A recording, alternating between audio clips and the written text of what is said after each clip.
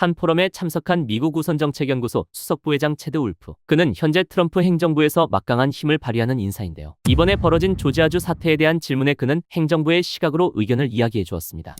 What you see with that enforcement operation is that you had a number of workers there that had either come into the United States illegally, had overstayed a visa.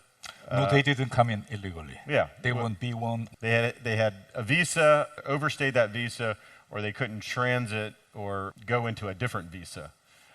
All of that, I think, is important. Here's what I would say as we move forward, is that if any large company, particularly with the profile of Hyundai and LG and others, are saying, look, we have this big investment, the administration cares deeply about this, we're having problems getting our people in on certain visas, I think the administration would be happy and very willing to say, okay, we still need to vet these individuals, we still need to make sure they go through the proper channels, but we can expedite, we can move this along.